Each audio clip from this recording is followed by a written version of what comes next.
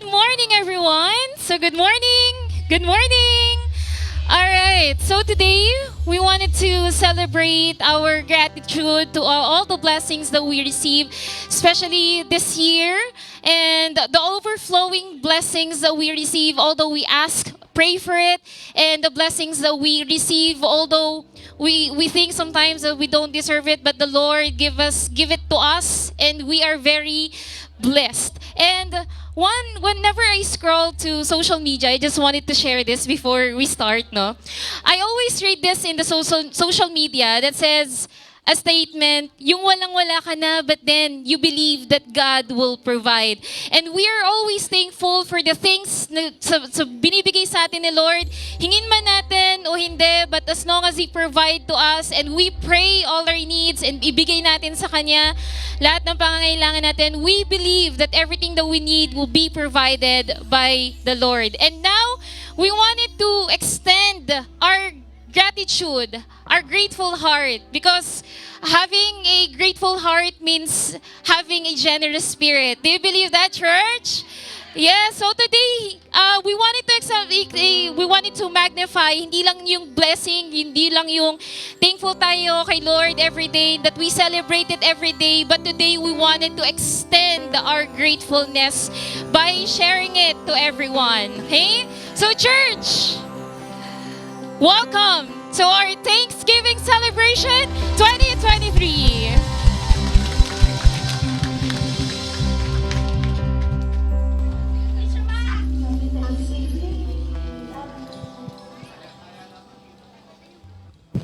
Hello po! Magandang araw, Cornerstone Marikina. Kumusta po ang bawat isa? Kumusta na po kayong lahat? Kumusta na po kayo? So, happy Thanksgiving po. Para kailan lang Thanksgiving na naman. So, ako po ay mag-share lang po ng maiksi para sa inyo, para sana po ay maka-encourage. So, yun nga po, ang pwede natin ibigay kay Lord. Paano ba natin siya mapapasalamatan, di ba? Marami po tayong dapat ipagpasalamat sa Kanya. Yung buhay natin, yung blessing na ibinibigay, yung kalakasan, yung binibigyan niya tayo ng mga ng kalakasan sa araw-araw, sa mga pagsubok na kinakaharap natin, di ba po? Lagi tayong nakakasurvive sa araw-araw. At talagang marami tayong dapat ipagpasalamat sa Panginoon. So, paano ba natin mapapakita at may paparamdam sa Kanya na tayo ay taus-pusong nagpapasalamat sa Kanya? So, yun nga po, ang isang paraan ay ang pagbibigay. So, hindi naman sinasabi ni Lord na lahat ay ibigay mo para sa Kanya, di ba? So, yun lang po, may ikling patunay lang po kaming mag-asawa. Mula nung ma-realize namin ang kahalagahan ng pagbibigay at kami ay nagbibigay na talaga para sa Panginoon, binibigay namin sa Kanya yung para sa Kanya. So, talagang ang imposible, naging imposible sa Kanya. So, simula nung talagang magbigay na kami kay Lord, siksik-liklit at umaapaw yung blessings na ibinigay niya. At patunay nga po, di ba, yung nandito na kami sa kanilang mag-asawa. So, parang imposible, pero lahat po ay naging posible kay Lord. So, yun lang po. Ako, kami mag-asawa, isang patunay na kapag ang puso mo ay busila, kapag ang puso mo ay talagang may puso ng pagbibigay kay Lord, may pananampalataya sa Kanya, talagang nagtitiwala ka sa Kanya. Kumbaga, hindi mo iniisip yung kahit mawalan ka na, talagang magbibigay at magbibigay ka para kay Lord. Kasi nakikita naman po lahat yan ni Lord kung ano ang laman ng puso mo. Kung busilang ang puso mo at talagang nananampalataya ka sa Kanya. So, yun lamang po yun po ang aking naikiling testimony sa inyo na sana ay maka-encourage. Kami po mag-asawa, isang patunay na kapag busilang ang puso mo sa pagbibigay, talagang ino-honor mo lagi si Lord sa buhay mo, inuuna mo lagi si Lord sa buhay mo, ay talagang hindi niya kayo pababayaan. Kahit gaano pa kahirap ang buhay mo, talagang gagawa at gagawa si Lord ng milagro sa buhay mo. So, yun lamang po, Cornerstone Family. Sana po ay maka-encourage kami mag-asawa sa inyong lahat. Happy Thanksgiving Day! God bless you all po! We miss you! Amen! Amen! Good morning! Good morning, Cornerstone Marikina! Happy Thanksgiving, tumayo at samahan kaming umawit at sumayaw kay Lord. Amen! Amen! Hallelujah! Praise you, Jesus! Hallelujah! Hallelujah! Handa na ba kayong sumayaw para sa Panginoon? Amen! Let's go, church! Parinig naman ang mga palakpak niyo dyan! Malaki po ang space natin dito sa gitna. Maaari tayong sumayaw dito sa ating gitnang stage. Mga bata, halina, sumayaw para kay Lord! Hey! Woo! 1, 2, 3, hey!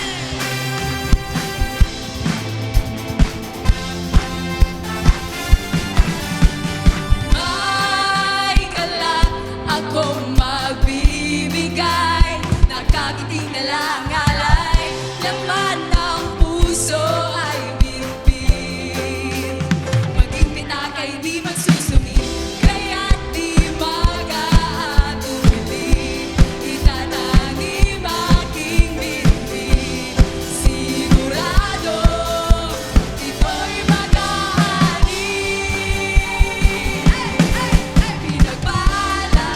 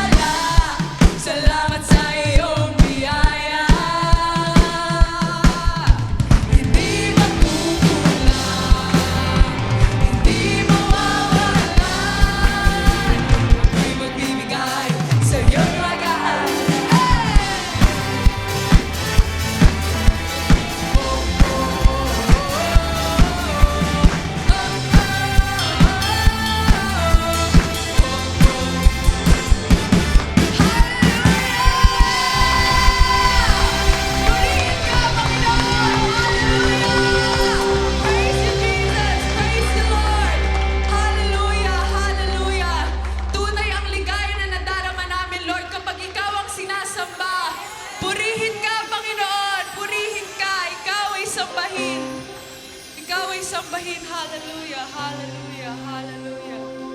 Purihin ka, Panginoon.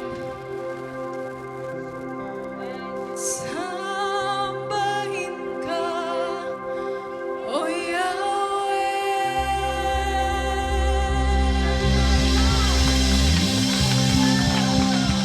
Ang Diyos ng langit at lupa.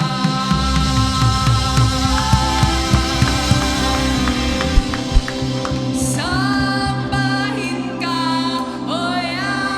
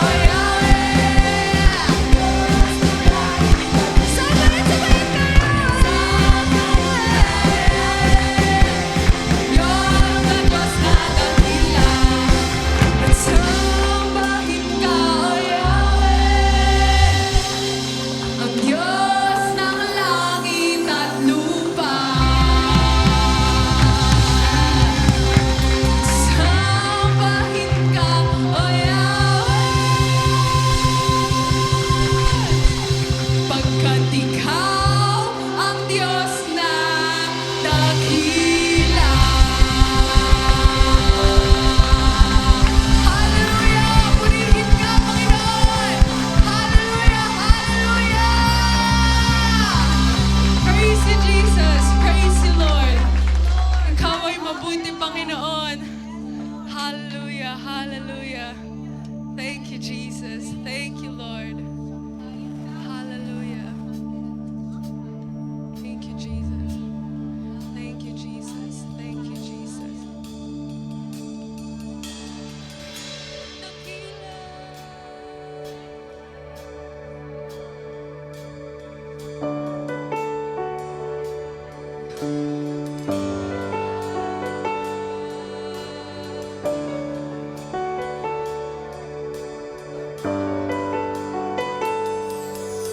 O Diyos, Ikaw tunay na dakila sa mundo.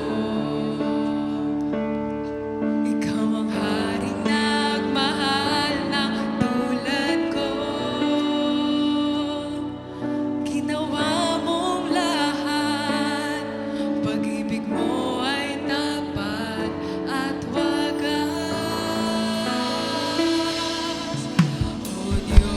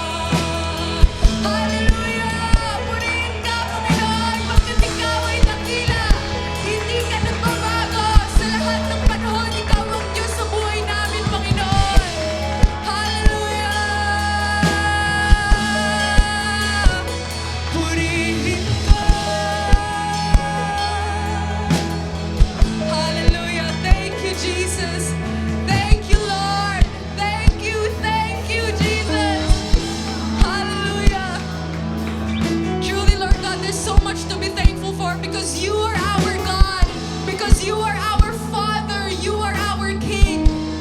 So praise be to you, God. Praise be to you. Thank you, Jesus. Thank you, Jesus. Tunay nga, Lord God, kapag sa'yo nanggaling ang ligaya, tunay itong umaapaw, Lord God. It is so uncontainable. Your love, your joy, Lord God, it's so uncontainable. Lord, your presence and your joy are felt here in this place. And we thank you, God. Praises be to you. To you will be all the glory, all the honor, and all the praises. And all God's people, shout your highest hallelujah to the Lord! Hallelujah! Praise you, Jesus! Praise you, Lord! Praise you, Lord! Praise you, praise you, praise you! Hallelujah! Hallelujah! Amen and amen and amen!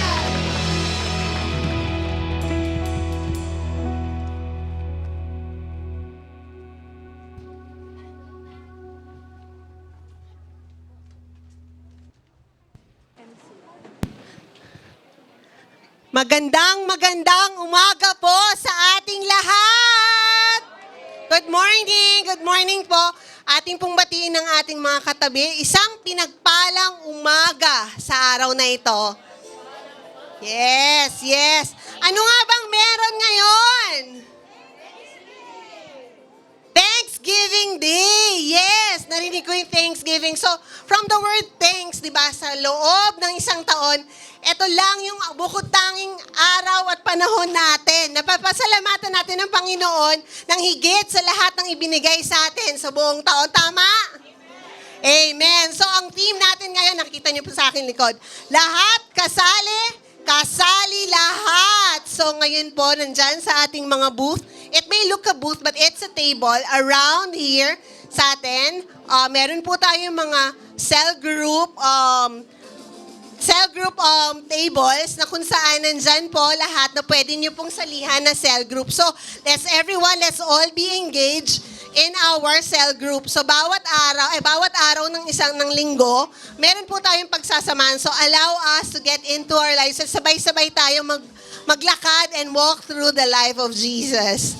Alright? So, ngayon, tinatawagan ko po para maghanda po tayo, handa po ang ating mga puso, ang ating isip, ang ating lahat-lahat para sa araw na ito. Tinatawagan ko po ang ating Pastora Cathy Quezon. Teka, baka may crack.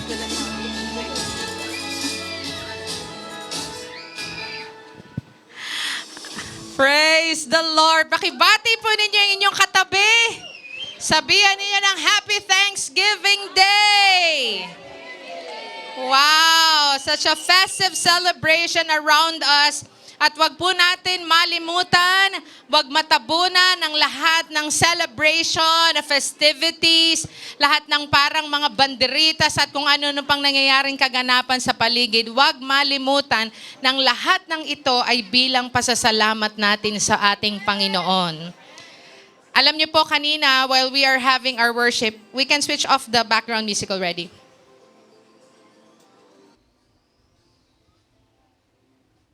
Yon. That happens when we are live via satellite.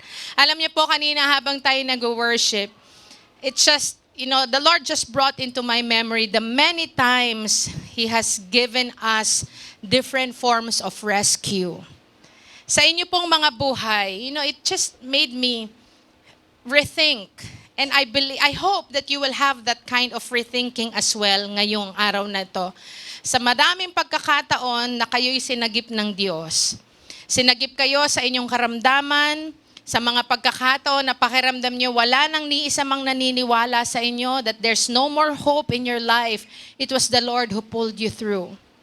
At ito po ay pagkakataon natin para pasalamatan ng Diyos at sabihin sa Kanya, Lord, sa lahat ng panahon, Diyos ka sa amin. Hindi nagkulang ang Panginoon. Wala tayong ni isa man na maisusumbat sa Diyos at masasabing, Lord, ito'y binigay ko sa iyo, ito'y ginawa kong serbisyo sa iyo, pero Lord, ika'y nagkulang. Ni isang pagkakataon sa ating buhay, walang naging pagkukulang ang Diyos sa atin. Amen? If we can just take another minute before I dive into the Word, let's just have 1 minute to just, have a moment of silence. Maybe I'll ask you to close your eyes and just think about how good the Lord is to you. Kahit sa kabila ng ating katigasan ng ulo, maraming pagkakataon, ipinipilit natin ang ating gusto, pita ng laman, pita ng kagustuhan, many things that we try to negotiate before the Lord. But He has still been good, has always been good. And so while you remember all these things, you can say to God, Lord, thank you. Thank you, Lord. Mabuti ka, Panginoon. Ang aking pagkukulang ay hindi mo sinusuklian ng kaparusahan. Bagkus, Lord, patuloy mo kaming niyayakap. Lahat ng aming pangangailangan, Panginoon, hindi ka nagkulang. Madaming pagkakataon kami nag-alala that your help will not come on time. But you never failed. You never failed, Lord. Hindi ka nagkulang kahit minsan. Sa mga panahon na akala ako'y nag-iisa, Lord, you were there for me. You were holding my hand. You reached out to me and pulled me through. Lord, thank you. Thank you, Jesus. Salamat sa habag mo, Panginoon. Habag at biyaya mong walang kapantay. Ang pag-ibig mong hindi nagmamaliw. Today, we stand before you and we pray that you will find a grateful heart in us, Lord. Isang pusong mapagpasalamat. We may have received small or big in our eyes, but you have given, nevertheless, the best. The best according to what we need. Salamat, Panginoon. Thank you that we can celebrate this Thanksgiving celebration ng buhay, malakas, may hininga. Salamat sa aming pamilya. Salamat sa pagtutustos mo, Panginoon, providing for every need that we have. To you be the glory, the honor, and the praise. In Jesus' name, amen and amen. Palakpakan niyo po ang Panginoon. Thank you, Lord. Hallelujah. Gusto ko pong simulan na ang mensahe ngayong araw ng isang kwento. I think some of you have become familiar of this story. Pero may dalawang lalaki pong naglalakad sa may bukid. At habang sila po'y naglalakad, nagkwekwentuhan, meron po palang nakawala na isang yung kalabaw na mahaba ang sungay at galit na galit. At hinabol po sila ng kalabaw na ito. So tumakbo po itong dalawang lalaki dahil wala pong makapigil doon sa kalabaw na yon para sila ay habulin. So tumatakbo po sila, habang sila'y tumatakbo, ang bilis rin ng takbo ng kalabaw at sila'y aabutan. Kaya ang sigaw ng isang lalaki sa kanyang kasama, magdasal na tayo, aabutan tayo ng kalabaw. At ang sagot naman ng isang kaibigan niya, habang nananakbo rin, hindi ako marunong magdasal, wala akong maalala. Ang sabi naman ng isa, sige kahit anong maalala mong dasal, bilisan mo, andyan na yung kalabaw, mahahabol na tayo. At ano ang kanyang nasabing dasal? Sabi niya, sige magdadasal na ako. At ang sigaw niya, Lord, salamat po na kami ngayon makakain. Sila'y makakain na pala nung kalabaw. But you know, sometimes we only pray when we are in trouble. We forget to pray when things have been provided for. But we pray when we are in trouble. Right? Pagka halimbawa ay may karamdaman na malubha at saka lang natin maaalalang manalangin. Mananalangin tayo kapag malapit na tayong mag-exam o pagka alam nating babagsak na tayo sa ating mga pagsusulit. Kapag tayo hikahos, wala nang pambayad, nandyan ang Bombay, naniningil, tsaka tayo mananalangin.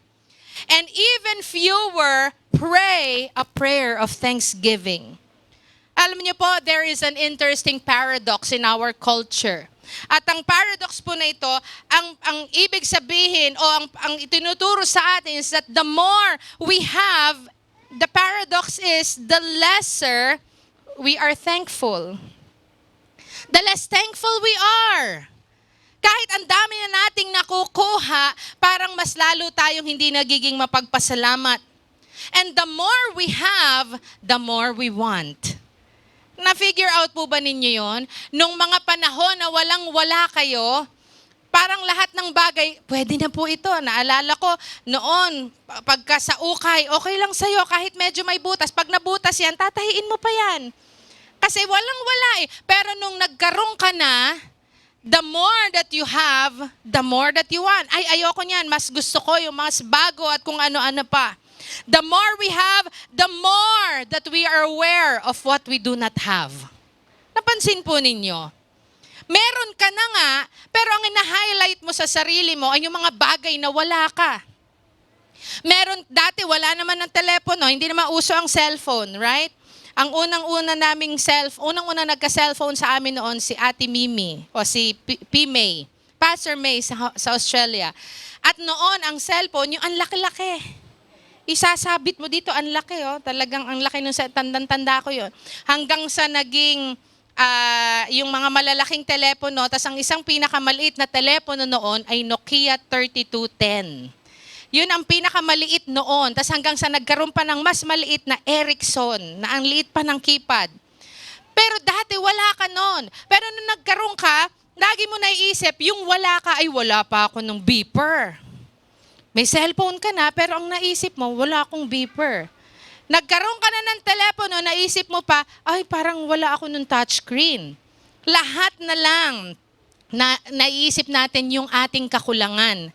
And if you should happen to forget, alam niyo sino magpapaalala sa inyo ng kung ano yung wala kayo? Yung mga advertisement sa paligid. The different advertisement will let you remember the things that you forgot that you don't have. Anong kulang mo? Ay parang nakita mo na ang order mo dati, 1-piece Chicken Joy lang. Nako, Flynn na show. Meron pala ngayon yung promo, may Chicken Joy na, may burger pang kasama. Meron pang soup. Kaya, it's just easy to see kung ano yung mga bagay na kulang ka. But the reality is, there are many things that have been provided for already sa ating mga buhay.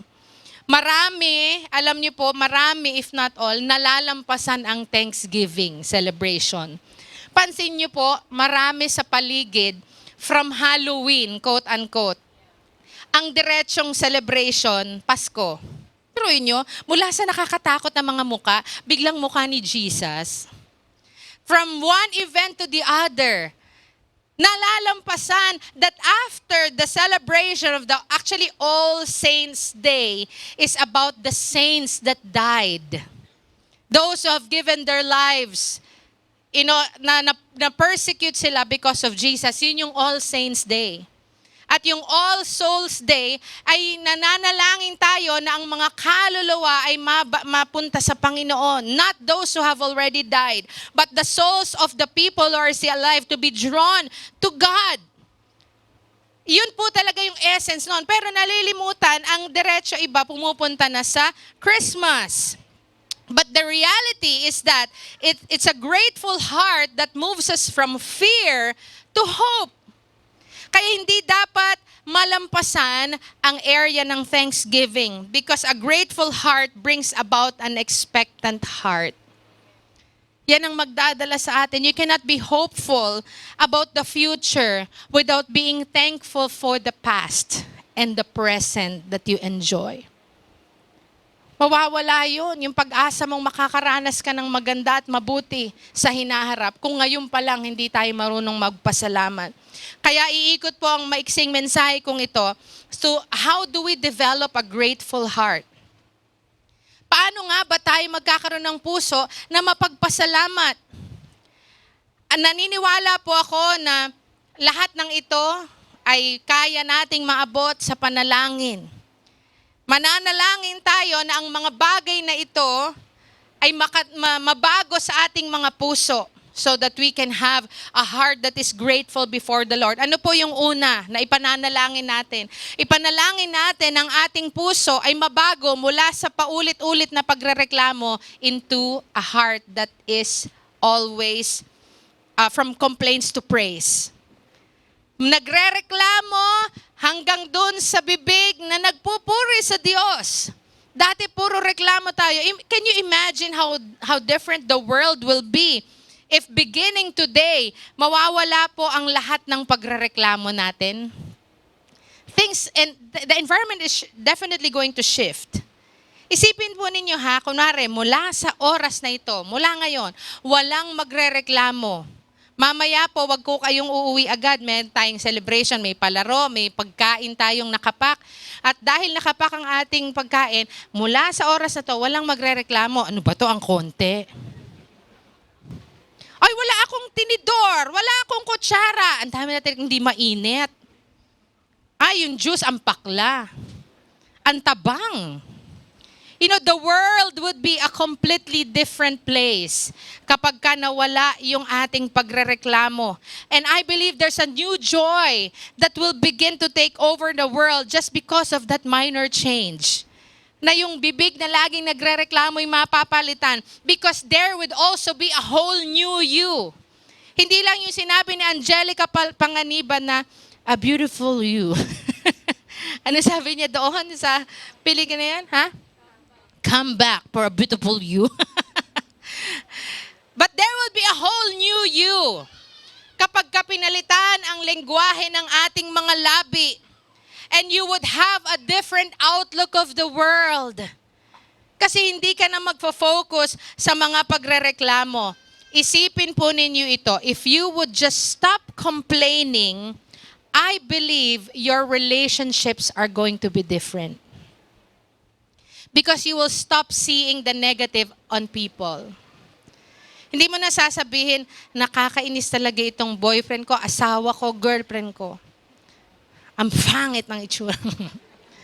Ang pangit ng ugali. But your relationship's going to change. Pag hindi ka binigyan ng asawa mo, o ng boyfriend mo, o ng girlfriend mo, hindi man lang ako nabigyan ng bulaklak, halimbawa. Pero hindi na tayo magre-reklamo, then your relationship is going to improve. Definitely, if you stop complaining, your jobs would be different. Hindi na tayo palaging magre-reklamo, kundi magiging masaya tayo na meron tayong trabaho. Your home would be different. Your church would definitely be different kapag tumigil tayo sa pagre-reklamo. But somehow, yung whining, complaining, para bang yun ang naging sirena ng kultura natin. Parang laging may umaalingaw-ngaw na reklamo. Kahit pa ang dami na nating luxuries, kahit napakarami ng pagkain, ang dami ng mga bagay na ipinagkakaloob sa atin, more of everything than anyone else in this world would have. Kahit sa history ng ating mundo, halimbawa kahit dito na lang sa ating bansa, lahat ng meron tayo ngayon, wala yun noon. Walang cellphone noon, walang jeep noon, kalesa lang. Papunta kami a few days ago, nung holiday, nagpunta kami sa La Union. Pumunta kami sa Vegan. Nung papunta namin doon, ang haba-haba ng biyahe, and in the whole journey, ang pinag-uusapan namin ni Monroe, isipin mo noon, no, walang van, walang bus, walang sasakyan. Ang meron, either you go there by horse or by foot. Or if you're social, you have kalesa. Like that. May kalesa ka.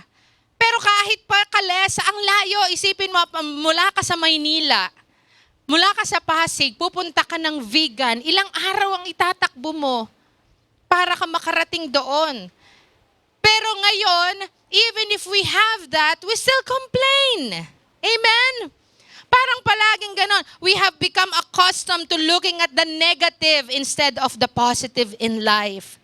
But hear what the Word of God says. Philippians chapter 2, verses 14 to 16 tells us, do everything without complaining or arguing, so that you may become blameless and pure children of God without fault or in a crooked and depraved generation, in which you shine like stars in the universe as you hold out the word of life. Alam niyo kung paano pala tayo magniningning gaya ng mga bituin para sa mundo? Magniningning ka lang if you will not complain or argue. Sabihin mo yung katabi mo, huy, tama ng karereklamo. Baka yung iba'y pag-akyat dito, ano ba tong setup? Ang hirap. Saan ako uupo? You mean uupo ako dyan? I cannot. Ang dami nating complaints. But having a heart that has developed a spirit of gratitude and put aside complaining is one of the evidences of the reality of God's Spirit in our lives. Kaya ang mga tao na hindi naniniwala sa Diyos, they will be drawn to God because they will see that people of God don't complain, but they put everything into praise. Isipin po ninyo lahat ng inireklamo ninyo bago kayo dumating ngayong umaga. Nakakainis yung tricycle driver, dun talaga din nila sa lubak. Nakakainis yung katabi ko sa jeep, ipapaabot ko lang yung bayad, ayaw abutin. Nakakainis yung katabi ko sa bus, may putok. Dalawa sila, naipit ako sa gitna ng putukan. Ang dami nating reklamo. Kahit sa bahay, papunta dito, nag-aaway-away. Ang bagal mo, dalian mo, malilate na tayo. Yung isa naman, sige, mauna ka. Nasaan yung sapatos ko at kung ano pa. Kanina lang kami sa bahay, nagrarayot kami. Kasi nga, may bago pa kaming panganak. Doktora. OB. But you see, constantly on our lips should be words of praise. Number 2, ano pang dapat nating mabago sa ating puso? Ipananalangin nating mabago ito sa atin para magkaroon tayo ng pusong mapagpasalamat. Kapag ating pinalitan ang mga pamumuna into pagpapalakasan. Kasi minsan best in po na tayo. Para bang ang pamumuna ay may grade. Parang dapat pag napuna mo siya ng to the extreme level, oy, +1 ka. Parang may honor roll pagdating sa pamumuna. Pero alam nyo, hindi ba parang we have already been beaten up by this world? Ang dami na nating mga bugbog galing sa mundo. Pati ba naman pambubugbog from our friends and family ay may experience pa natin? O yung kapatid natin na bugbog sarado na sa pamumuna ng iba, tayo pa ba ipaulit-ulit ring mamumuna? Should not our Christian family be the place where we find actually understanding and encouragement? Dapat dito tayo nakakakuha na ma-encourage tayo. The Bible says in Ephesians chapter 4 verses 29 to 32, let me read this very quickly. Do not let any unwholesome talk come out of your mouth, but only what is helpful for building others up according to their needs, that it may benefit those who listen. And do not grieve the Holy Spirit of God, with whom you were sealed for the day of redemption. Get rid of all bitterness, rage, and anger, brawling and slander, along with every form of malice. Be kind and compassionate to one another, forgiving each other, just as Christ God forgave you. Mawala na daw sa atin yung palaging pamumuna, yung pakikipag-away, yung galit, yung mga salita na hindi nakakatulong sa kapwa. Because the command of God is that we build one another up, not tear each other down. Huwag tayong mag-ilahan, huwag tayong magsiraan. But we have to build one another up. Ang dami na pong fake news sa paligid, huwag na tayong dumagdag. Ang dami nang nagsasabi ng mga maling katuruan o mga maling salita laban sa bawat isa sa atin, but we need to cover each other's back. Tayo dapat na isang pamilya, we build one another, we cover for one another. We will make sure na may marinig man tayo na ibang taong magsasabi ng negative about one another, we say, no, that's not true. I don't believe that. Kaya dapat dito mismo sa ating simbahan, we don't entertain false talks. Pati yung mga usap-usapan, alam niyo po itong pinakamahirap. Pagka ang sinabi sa'yo, naku, wag mo sasabihin ha. Pag may lumapit po sa inang ganyan at sinabi sa'yo, sa atin lang to ha. Huwag mo sasabihin talaga, kasi alam mo si ganito, ganitong nararamdaman ko eh. Kasi po yan po ang pag-uumpisahan ng pagkakasira-sira natin. But we will build one another. We will encourage one another. Look for the positive that you can praise instead of the negative that you are tempted to criticize. Pagtingin niyo po ay makaka-discourage or it's a criticism against another person, ang baliktarin niyo po yung senaryo, humanap kayo ng kalakasan niya. Something that can bring encouragement. Pag sinabi sa'yo, alam mo ba, si sister ganito, bakit ganyan yan? Ganito ugali. Ikaw na nakatanggap ng ganong salita, i-convert mo yon. Ay, talaga ba? Pero hindi naman ganyan ang pagkakilala ko sa kanya. Alam mo ba, ang strength niya ay ganito. Ang strength niya ay ganyan. Yun po ang ating ipamamalita. And we will ask God to help us move from always criticizing somebody into an encouragement to the people around us. That can develop a grateful heart sa atin. Amen? Number 3, ipanalangin natin na ang mga puso natin na mapang-uyam, naku, napakalalim ng Tagalog na yan, mapang-uyam ay mapalitan ng pananampalataya. The generation today, they don't know like what pang-uyam is. But the pang-uyam in English is becoming cynical. You know? You go check. Check the label. Cynical. Yung cynical, gusto nating i-differentiate. What cynical is different, why cynical is different from being skeptic. Yung skeptical is, may mga tanong ka. You are probably a little bit of in doubt of something. Hindi ka sigurado, but you are willing to observe. You are willing to investigate for you to be able to get the truth. Pero ang person that is cynical is, nagtatanong ka not in the hope for you to learn something, but because you are not interested to know the facts. You're not interested to know the truth. Basta sa'yo, sa sarili mo, hindi ko pinaniniwalaan yan. Okay? Ang skeptic nag-aalinlangan pa, but willing to investigate the facts in order to know whether what is said is true or not. But a cynical person is one who assumes that something is not true, but will not investigate at the evidence, or even if the evidence is there, that person will not take it seriously. Maraming mga tao are stuck in life because they have allowed a cynical spirit to grow in them. Hindi na sila maniniwala. Halimbawa sa katuruan na ang Diyos ang magbibigay sa atin ng salvation. Siyang magbibigay sa atin ng kaligtasan, ng kagalingan. If you're a cynical person, you just simply don't believe. Bukod sa hindi ka naniniwala, you're not interested to know the facts or to know the different evidences to prove that Jesus really is our Savior. He is the way, the truth, and the life. Ang mga taong mapang-uyam, anytime you present the truth to them, they will always want to ask question.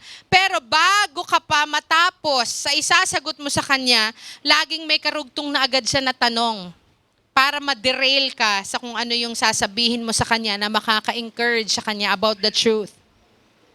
But there are some people, they would want to question because they also want to journey to discover the truth. A cynical person is not interested in the journey. Kasi ang pakiramdam nila, all roads leads you to nothing. Kaya po, pag tayo'y mapang-uyam, it will never get us anywhere. It robs us of our confidence. But you see, ang pananampalataya is not something that just comes over you. It is a decision that you will have to make. You are deciding that, yes, I believe in this. I believe in Jesus. All of us have a choice, but you must decide to have faith. And this is not just a blind faith with no evidence, dahil napakarami ng ebidensya sa paligid natin na magsasabi na ang Diyos ang siyang nagbigay ng lahat ng bagay sa atin. It's a choice that we have to make. We have seen others abandon their faith at the first sign of trouble. That's their choice. But we also have a choice to embrace. Because one thing is for sure, an unbelieving heart cannot be a grateful heart. Pagka tayo ay may pusong mapang-uyam, kahit kailan hindi natin pananampalatayahan na ang Diyos ang nagbigay ng lahat sa atin. Amen? There are a lot of things to be grateful for sa ating buhay. You know, in conclusion, let me say this. For those who move from complaints to praise, from always criticizing to encouraging people, and from cynicism to faith, ang reward po nito ay joy, kaligayahan mula sa langit. And so we will ask God to change the negative spirit within us. Lord, tulungan mo po ako because I have always carried a negative spirit in me. You know, the first point is always to acknowledge. To acknowledge that yes, this has been my problem. Lord, oo nga po, may bahagi po sa puso ko na palaging negatibo sa maraming mga bagay. And so Lord, I acknowledge this. And help me to change this. Let the Lord give you the gift of praise even in the worst of circumstances. Ano man ang pinagdadaanan natin, let there be a word of praise in our mouths and say, thank you, Jesus. You are good to me. You are good to my family. Marami po tayong pwedeng ipagpasalamat sa Diyos. And so today, we will honor God. To those who are new and are not aware of our practice, this has been our practice here in Cornerstone. Every year, in our Thanksgiving celebration, we give a sacrificial offering, which we call our Thanksgiving offering. It's an amount that will hurt our pockets, but it's also a seed. And we say, Lord, I'm sowing this because you have to. Inaalala yung maraming mga pagkakataon na ang Diyos ang nagtawid sa atin at wala pong pwedeng maikumpara. Wala tayong pwedeng maisukli sa kabutihan ng Diyos na yon. Pero itong isang araw ng pagkakataon natin, every year pinag-iipunan natin ito. And every year we challenge ourselves that next year I will give more. Not because out of pride, na Lord, ang laki ng binigay ko, because we can never outgive God. Kahit gaano pa kalaki yung ilagay mo sa sobre, hindi nito matutumbasan ang lahat ng ginawa at pagpapala sa iyo na binigay ng Panginoon. But every year we save up for that. Sorry, hindi ko na-send yung pictures, but I wanted to share this. And not to brag about my kids, but because my kids, we taught them, every year you save up.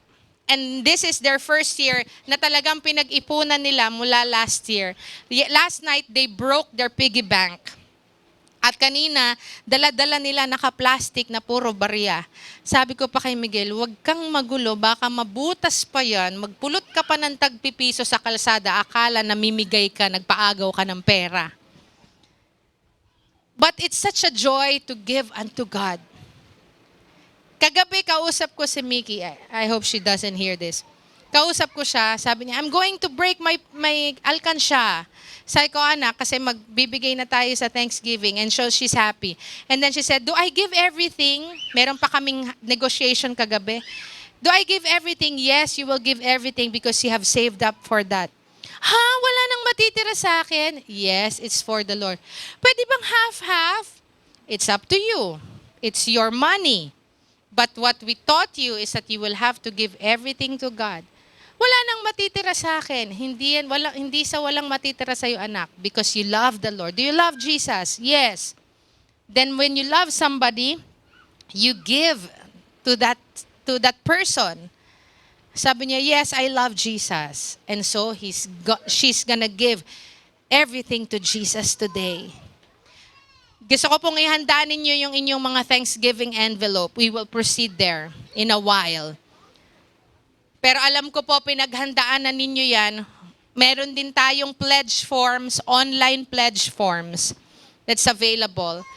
Because some of us cannot give one-time outright payment of our Thanksgiving offering, but some of us would love to pledge and say, Lord, this is the amount that you have placed in my heart to give to you, and I will give this on a staggered basis.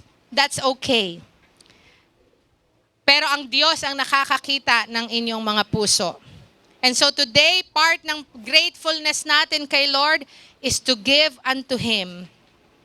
And then we have our tithes and offering. Etong tithes is our usual tithes and offering that we give to God. Then what do you see here to those of you who are new? We have here our 12 different small baskets. Do you see it? Meron siyang different labels. You have January up to December. What is your birth month? Ang birth month ko po ay December. Yay! Malapit na yung birthday ko. December ang aking birth month. Depende sa birth month po ninyo. Ito po ay, actually po, ito'y nakakatawa. Dahil kung tutusin, napakaliit ng itinutumbas natin. Pero ang naging practice natin, we give 1 peso for every year of your age. So I am turning 45 this year. Oh my gosh. I don't look like 45. I look like 44. I'm turning 45 next month, so I will put 45 pesos in my birthday envelope and drop it on the December basket. Nagets po ninyo? Yan po ang ating gagawin. And so, we pray whatever amount that God has, parang inimpress ng Lord sa heart nyo, si Lord na po at ikaw ang nakakaalam. But we have our birthday baskets, we have our tithes and offering, and we have our Thanksgiving offering. Like what I mentioned in the previous weeks, every year we surpass what we give. And so today we also pray that we can give to God today ng greater than what we have given last year. By the way, 100% po ng proceeds ng Thanksgiving offering don't go to the church. 100% of that goes to our life missions. Later, dadating po yung ating life missions team from Singapore, and we will have different outreaches for the next 5 days. We have outreach, home for the aged, girls home, boys home, women's prison, and then our Chabu truck goes to different locations. Samahan niyo po kami sa panalangin. And if you want to volunteer to join us in the different outreaches, let us know so we can tag you along. Okay? We'll open the basket, and while the worship team plays, you can all drop your envelopes, tithes and offering, Thanksgiving, and birthday offering. Praise the Lord.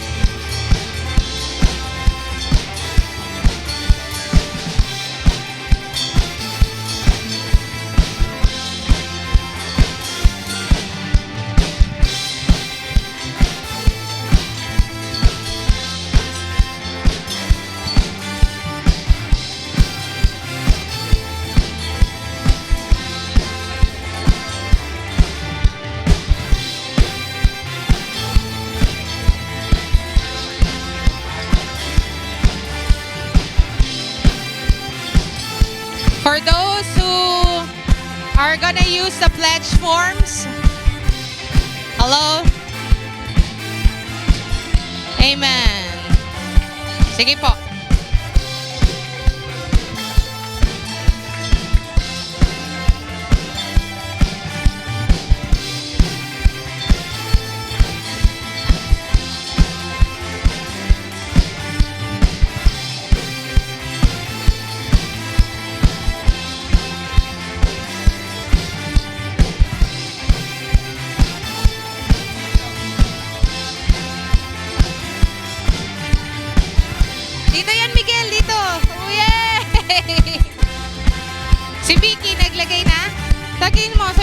Mickey. Mickey, yung sa'yo. Yung coins mo.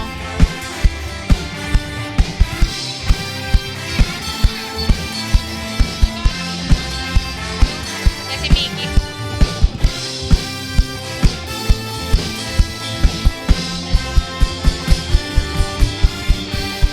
Praise the Lord! Amen. Palakpakan natin ang Diyos na buhay. Thank you, Jesus. Lord, pagpalain mo ang lahat ng nagkaloob, maging ang kaloob na ito. And Lord, we remember also those who have a heart that is willing but are not able to give today. We pray, Lord, na ikaw ang patuloy na magtusto sa kanila ng lahat ng kanilang pangangailangan. At dumating ang pagkakataon, Lord, that they will also step in faith and give to you. Lord, bless this, multiply this, Lord, to be able to touch more people and be drawn close to you. We bless this giving in the name of the Father and of the Son and of the Holy Ghost. Amen. Let's all lift our hands. Let's just close the first part and stand by para po sa ating second part. The Lord bless you and keep you. The Lord make His face to shine upon you and be gracious to you. The Lord lift up His countenance upon you and give you His peace both now and forevermore. In Jesus' name, amen. And let the celebration